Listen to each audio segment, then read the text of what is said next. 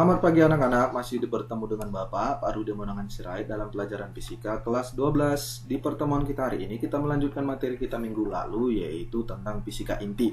Nah, kita membahas tentang inti-inti atom. Nah, kali ini yang kita bahas itu apa? Yaitu radioaktif atau radioaktivitas. Nah, apa sih itu radioaktif? Mari kita pelajari dengan baik. Oke? Radioaktivitas atau radioaktif yaitu peluruhan atau terurainya inti atom secara spontan yang diikuti dengan pancaran-pancaran partikel alfa inti helium, partikel beta elektron, dan radiasi gamma. Nah, kenapa dia dapat meluruh atau terurai? Karena inti tersebut tidak stabil. Itu yang disebut dengan radioaktivitas. Inti tersebut tidak stabil. Nah, untuk dapat menjadi inti yang stabil, maka harus apa? Harus meluruh atau peluruhan. Nah, itu yang akan kita pelajari kali ini, ya. Oke. Ada berapa sih jenis sinar radioaktif? Yang seperti tadi Bapak katakan, ada 3 ya, Nak ya, yaitu partikel alfa atau sinar alfa, sinar beta, dan sinar gamma. Nah, sinar alfa dan sinar beta itu bermuatan. Kalau sinar alfa itu bermuatan positif, sinar beta itu bermuatan negatif. Tetapi sinar gamma itu tidak bermuatan. Nah, kita lihat seperti ini pada gambar berikut ini. Nah, di sini ada plat foto ya. Ini nanti contohnya plat foto. Di sini yaitu area atau daerah bermedan magnet atau B-nya keluar bidang kertas.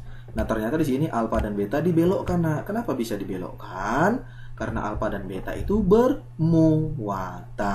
ya. Sedangkan partikel gamma itu tidak bermuatan atau sinar gamma itu tidak bermuatan. Maka dia akan lewat saja atau lurus saja, seperti itu ya. Seperti ini gambar analoginya daripada sinar-sinar radioaktif itu, alfa, beta, dan gamma. Ya, ini seperti ini gambarnya. Ini analoginya. Gamma itu sangat kecil ya. Sedangkan alfa itu masih lumayan besar lah, ya, inti helium. Oke. Seperti itu ya, itu adalah sinar-sinar radioaktifnya. Kita bahas satu persatu nih. Yang pertama sinar alfa. Oke, sinar alfa itu apa? Yaitu dia membawa 2 proton dan 2 neutron. 2 proton dan 2 neutron. Nah, apa aja sifatnya? Yang pertama, sinar alfa itu merupakan inti helium. Nah, kalau kamu lihat di tabel periodik, helium itu berapa? Nah, nomor massa dan nomor atomnya 4 dan 2 ya. Kemudian dapat menghitamkan plat film. Nah, kalau ini foto kita zaman dahulu ya, foto daripada papa dan mamamu atau kakek nenek kita dulu, kan mereka masih dicuci filmnya seperti plat film itu kalau kamu ingat ya. Nah, itu merupakan proses penembakan sinar alfa ya, Nak ya. Yaitu sinar alfa daya ionisasinya itu paling kuat. Nah, paling kuat daya ionisasi. Nah, ini pelajaran kimia, Nak ya. Daya ionisasinya itu paling kuat daripada sinar beta dan gamma, tetapi daya tembusnya paling lemah. Nah, ini dia.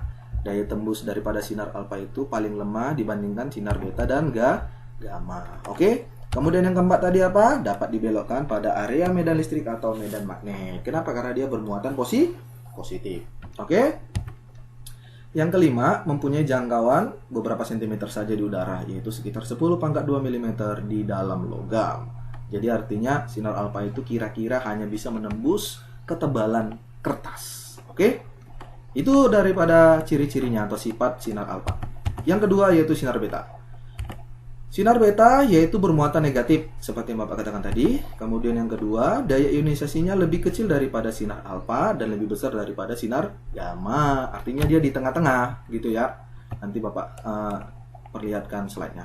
Yang ketiga, mempunyai daya tembus yang lebih besar daripada sinar alfa. Daya tembusnya memang lebih besar dari sinar alfa, tapi lebih kecil daripada sinar gamma. Kemudian yang keempat, dapat dibelokkan. Karena apa? Karena dia bermuatan negatif. Oke? Yang C, sinar gamma. Sinar gamma yaitu radiasi gelombang elektromagnetik yang dipancarkan oleh inti atom dengan energi yang sangat tinggi dan tidak memiliki massa maupun muatan. Sinar gamma ikut terpancar ketika sebuah inti memancarkan sinar alfa dan sinar beta. Jadi dia ikut nih sinar gamma. Peluruhan sinar gamma tidak menyebabkan perubahan nomor massa dan juga nomor atom. Oke, apa aja sifat-sifat daripada sinar gamma? Berikut ini. Yang pertama, sinar gamma tidak memiliki jangkauan maksimal di udara, ya. Semakin jauh dari sumber intensitas, maka makin kecil, ya, intensitasnya.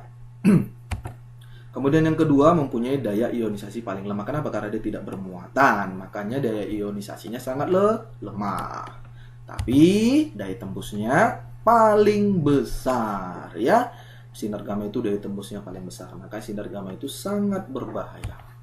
Kemudian yang keempat, tidak membelok dalam daerah medan listrik dan medan magnet. Seperti pada gambar yang tadi Bapak tunjukkan ya nak ya. Ternyata dia dapat diteruskan saja tanpa harus dibelokkan. Karena apa? Karena dia tidak bermuatan.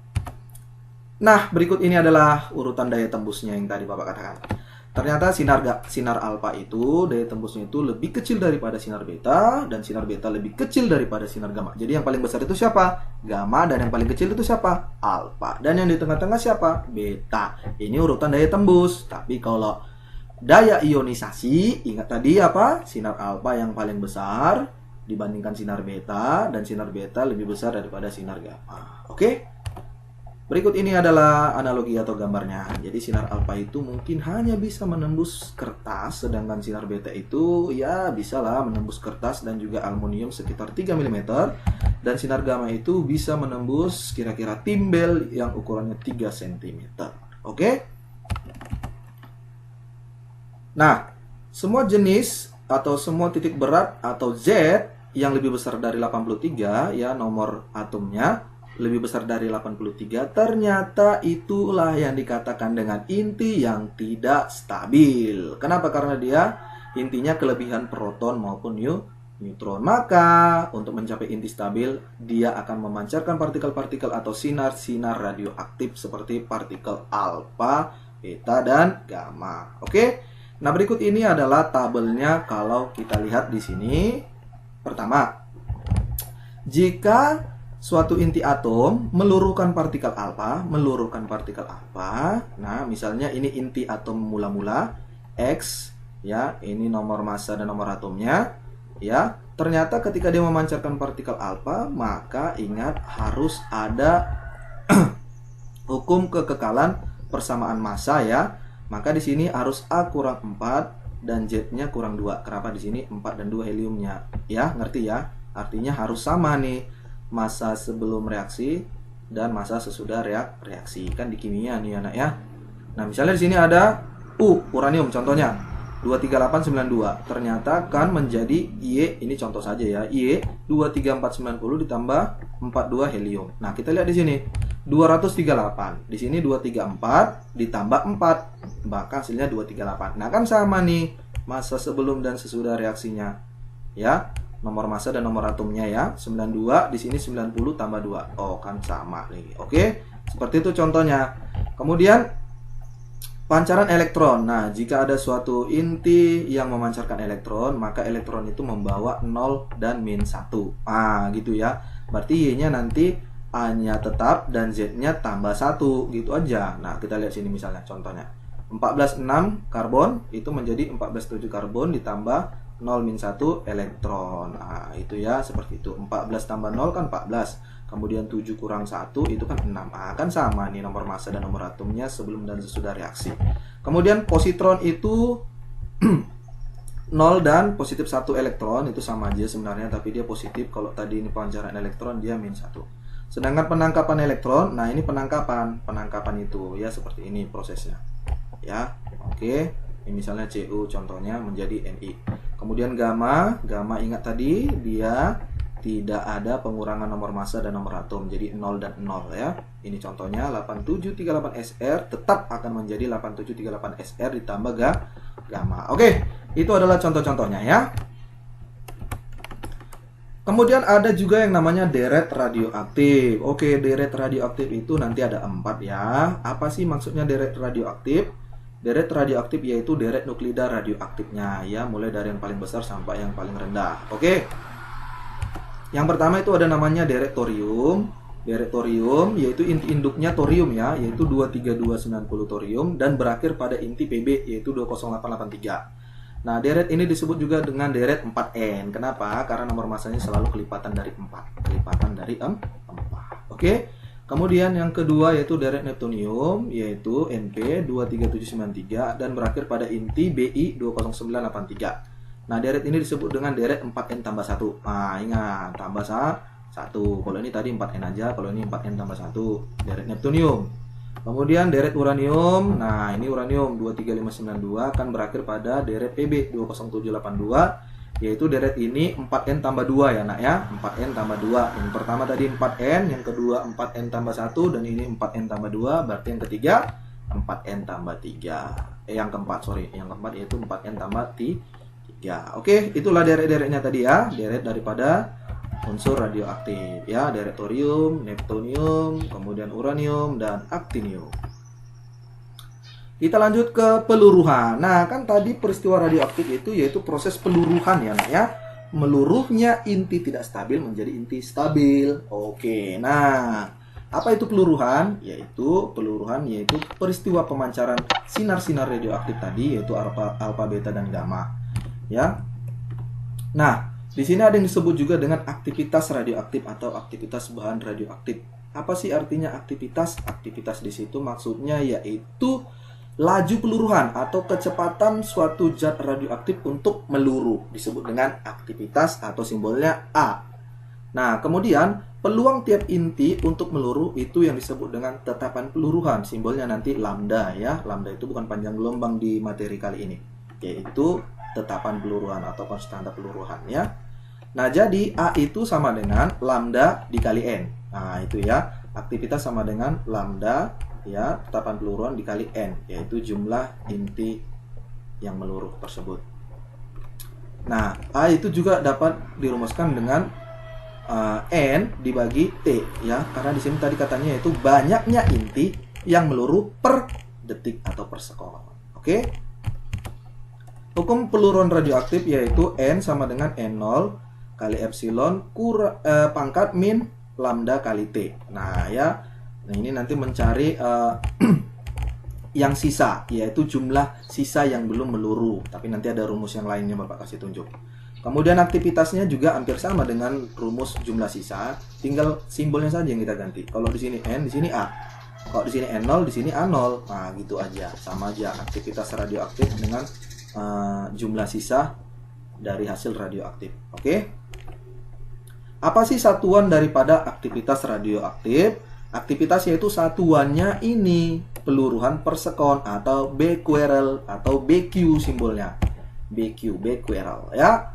Nah, atau ada satu lagi nih satuannya yaitu curie atau 1 curie itu yaitu banyaknya peluruhan yang dilakukan oleh 1 gram radium dalam waktu 1 sekon ya. Tapi 1 curie itu nilainya ini 3,7 kali 10 pangkat 10 peluruhan per sekon atau becquerel ya. Jadi peluruhan per sekon itu sama dengan becquerel ya nak ya. Oke. Kemudian ada yang dimaksud dengan waktu paruh. Apa sih waktu paruh? Paruh, separuh. Artinya apa berarti separuh itu?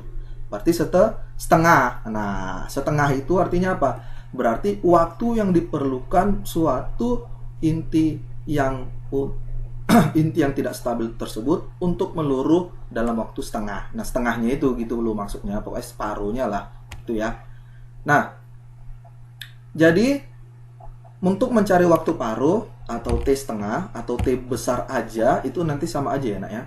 T besar dengan T setengah itu sama aja sebenarnya menyatakan waktu paruh. Yaitu dapat dicari dengan len 2 dibagi tetapan peluruhan atau lambda ya. Nah, len 2 itu kalau di kalkulator kamu bisa hitung nanti, yaitu nilainya sekitar 0,693. Oke, jadi waktu paruh itu sama dengan 0,693 dibagi lambda. Nah, jadi untuk mencari rumus jumlah atom yang belum meluruh atau massa atom yang belum meluruh itu ini. Nah, ini tadi maksud Bapak yang tadi ya.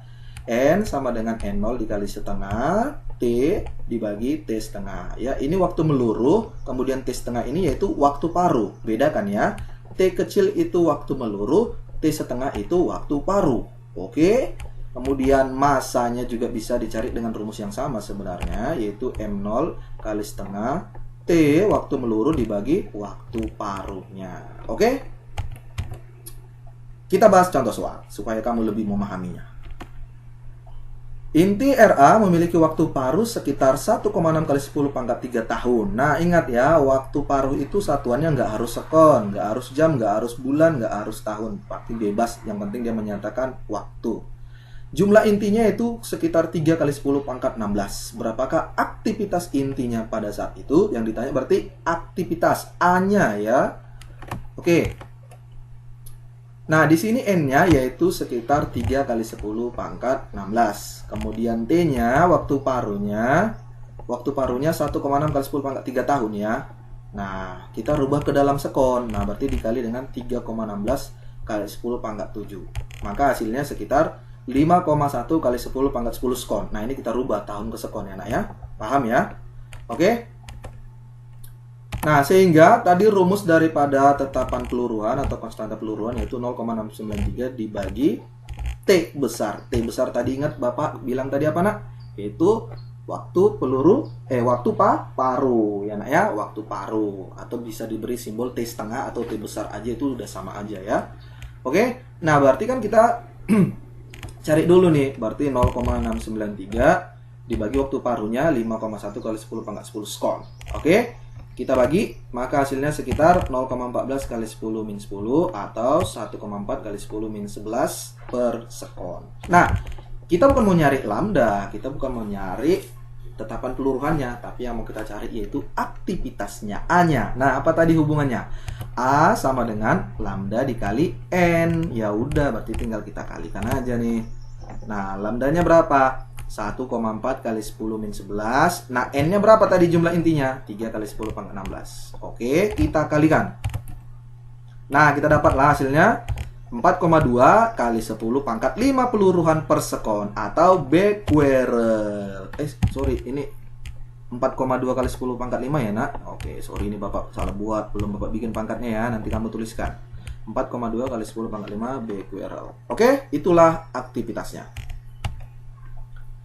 Yang kedua, contohnya kita lihat, grafik di samping merupakan grafik peluruhan sampel radioaktif. Jika N-nya, artinya jumlah sisanya, seperempat dari jumlah mula-mula, yaitu sekitar 10 pangkat 20 inti, ya. Tentukanlah waktu paruhnya. Yang kedua, lambdanya, konstanta peluruhan. Yang ketiga, A-nya, aktivitas mula-mulanya atau A0-nya ya, nak ya. Oke, di sini kita lihat grafiknya.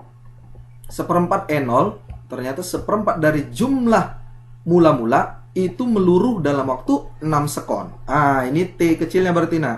T kecilnya. Oke. Yuk, kita jawab. Nah, ini dia. Berarti N-nya seperempat E0 dan T-nya 6 sekon. Sehingga kita masukkan ke rumus yang tadi. Jumlah sisa sama dengan jumlah mula-mula dikali setengah dipangkatkan T per T besar. Waktu meluruh dibagi waktu paruh. Oke. Nah, N besarnya tadi berapa? Seperempat dari N0. Ya, sama dengan N0 kali setengah pangkat 6 per T. Oke. Ini kan sama-sama N0. Udah matiin aja. N0, N0. Nah, itu ya. Nah, kemudian seperempat. Di sini seperempat. Di sini setengah. Nah, supaya seperempat ini jadi setengah, maka kita buat di sini jadi setengah pangkat 2. Nah, setengah pangkat 2 itu kan seperempat. Ngerti nggak maksudnya, nak ya? Artinya setengah pangkat 2 itu berarti seperempat kan? Nah, karena di sini setengah dengan setengah, setengahnya kan bisa mati kalau dalam matematika. Berarti tinggal pangkatnya. Pangkatnya berarti berapa? 2 dan di sini 6 per T. Maka sini jadi gini. Nah, ngerti ya? Jadi 2 sama dengan 6 per T. Oke, paham nggak? Ngerti ya? Bapak ulangi sekali lagi. Seperempat itu kan setengah pangkat 2, ya, nak ya? Setengah pangkat 2. Karena di sini sama-sama setengah, ruas kiri dan kanan setengah, maka ini kan setengahnya bisa kita coret. Maka pangkatnya kita gunakan. Berarti 2 dengan 6 per T. Maka kita dapatlah 2 sama dengan 6 per T. Atau T sama dengan 3 sekon. Karena 6 per 2 yaitu 3. Oke, kita sudah dapat ini waktu paruhnya, yaitu 3 sekon. Nah, sekarang kita cari lambdanya, konstanta peluruhannya. Oke, konstanta peluruhannya berapa tadi rumusnya? 0,693 dibagi waktu paruh. Oke, kita bagi aja. Berarti 0,693 dibagi 3. Maka hasilnya 0,231 peluruhan per sekon. Oke, sekarang kita cari aktivitasnya. Yang C. Aktivitas tadi apa rumusnya? Lambda. Oh, sorry, ini bukan A ya, tapi ini A0. A0. Nanti kamu perbaiki dulu ya. Ini bukan A, tapi A0. A0 sama dengan lambda dikali E0. Ya, berarti 0,231 kali E0-nya. E0-nya itu 4 kali 10 pangkat 2. Dari sini itu ya, Nak ya. Karena ini kalau kita kali silang, seperempat E0 sama dengan 10 pangkat 20. Berarti 4 pindah ke kanan. Ya, berarti 4 kali 10 pangkat 20. Itu E0-nya. Paham ya? Ngerti ya? Oke, kita kali. Maka hasilnya 0,924 kali 10 pangkat 20 atau 9,24 kali 10. Oh, sorry, ini salah nih Bapak buat. 9,24 kali 10 pangkat 19 ini anak ya. Pangkat 19. Sorry. Pangkat 19 atau satuannya becquerel. 9,24 kali 10 pangkat 19 becquerel. Oke. Kita masuk ke reaksi inti. Ternyata inti atom itu dapat bereaksi. Reaksinya apa? Apa artinya? Ini dia. Reaksi inti yaitu reaksi yang terjadi jika suatu inti atom ditembak dengan partikel yang berenergi dan menghasilkan inti yang baru ya, disertai dengan pelepasan sejumlah energi. Nah, artinya di situ suatu inti ya, ketika ditembakkan oleh suatu partikel ternyata menghasilkan inti baru. Nah, gitu loh maksudnya ya, menghasilkan inti baru tapi dengan pelepasan energi. Oke. Persamaan reaksi inti yaitu seperti berikut ini. Nih, kita perhatikan bagus-bagus nih, nah. Ini dia. Nah, ini reaksinya ya, reaksinya seperti ini. Ketika ada suatu inti X, ya, inti X ditembakkan oleh proyektil atau peluru A, maka akan menghasilkan inti baru. Nah, inti baru di sini Y, ya, atau sebagai produknya. Kemudian B di sini sebagai partikel yang teramati. Ada partikel yang teramati dan Q di sini sebagai energi yang dihasilkan. Oke, seperti itu ya reaksi intinya. Nah, siapa sih yang pertama kali membahas tentang reaksi ini? Yang pertama yaitu si Ernest Rutherford. Ya, Ernest Rutherford pada tahun 1919 yaitu mengamati inti atom nitrogen yang ditembakkan oleh partikel alfa. Wah, ternyata inti atom nitrogen itu akan berubah menjadi inti atom oksigen. Wow, tadinya dia nitrogen menjadi oksigen. Wah, berarti kan ini menjadi inti yang baru. Itulah tadi ya, anak-anak, yaitu reaksi inti tadi yang Bapak katakan ya. Dengan disertai timbulnya proton. Proton di situ adalah hidrogen satu-satu. Ya, secara matematis ini nih, kita lihat reaksinya.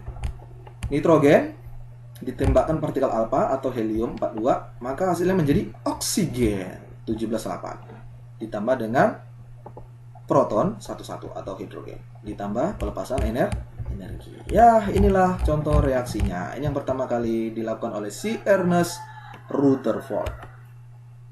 Nah, ingat bahwa di situ berlaku hukum kalah nomor massa dan hukum kalah nomor atom. Makanya kita lihat di sini 4 tambah 14 itu akan sama dengan 17 tambah 1.